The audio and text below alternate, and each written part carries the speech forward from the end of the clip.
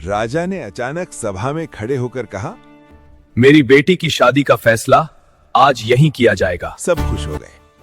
लेकिन अगले ही पल राजा ने जो कहा उसने पूरे राज्य की सांसें रोक दी। मेरी बेटी की शादी राजकुमार से नहीं, सेनापति से नहीं, बल्कि एक भिखारी से होगी। सभा में सन्नाटा छा गया। राजकुमारी के हाथ कांपने लगे और भीड़ में खड़ा एक भिखारी धीरे से सिर झुकाए खड़ा रहा। ये कहानी है धर्मपुर नाम के एक समृद्ध राज्य की। सोने से चमकता महल, अनाज से भरे भंडार और खुशहाल प्रजा। राजा वीर सिंह न्यायप्रिय और सख्त थे। वो कहते थे, राजा का सबसे बड़ा गहना उसका न्याय होता है। राजकुमारी अमृता राजा की इकलौती संतान थी। दयालु, सुंदर, लेकिन महल की दीवारों में पली हुई।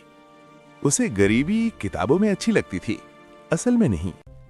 अमृता को लगता था गरीब लोग अपनी किस्मत के खुद जिम्मेदार होते हैं।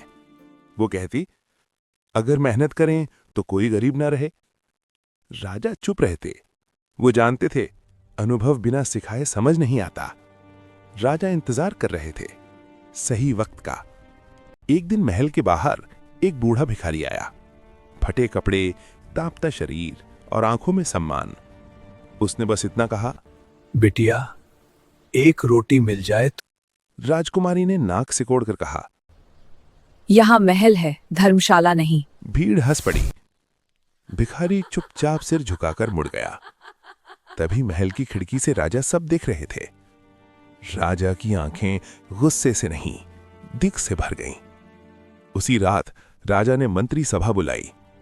राजा बोले, मेरी बेटी को इंसान और कपड़ों में फर्क समझाना होगा। मंत्रियों ने डरते हुए पूछा, लेकिन कैसे महाराज? राजा बोले, अनुभव से।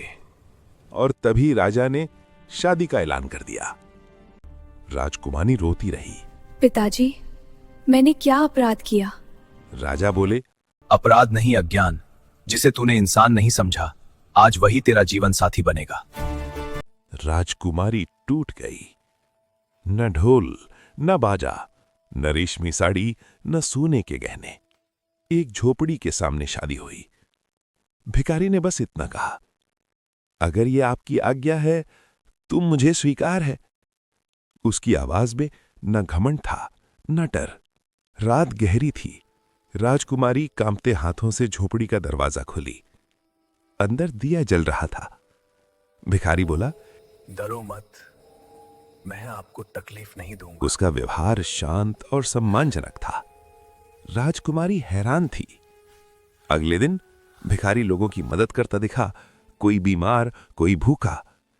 पहली बार राजकुमारी गरीबी को करीब से देख रही थी। उसे एहसास हुआ, गरीबी आलस से नहीं, मजबूरी होती है। 7वें दिन राजा स्वयं आए। राजा बोले, अब समय आ गया है। भिखारी ने अपने फटे कपड़े उतारे। नीचे राजसी वस्त्र थे।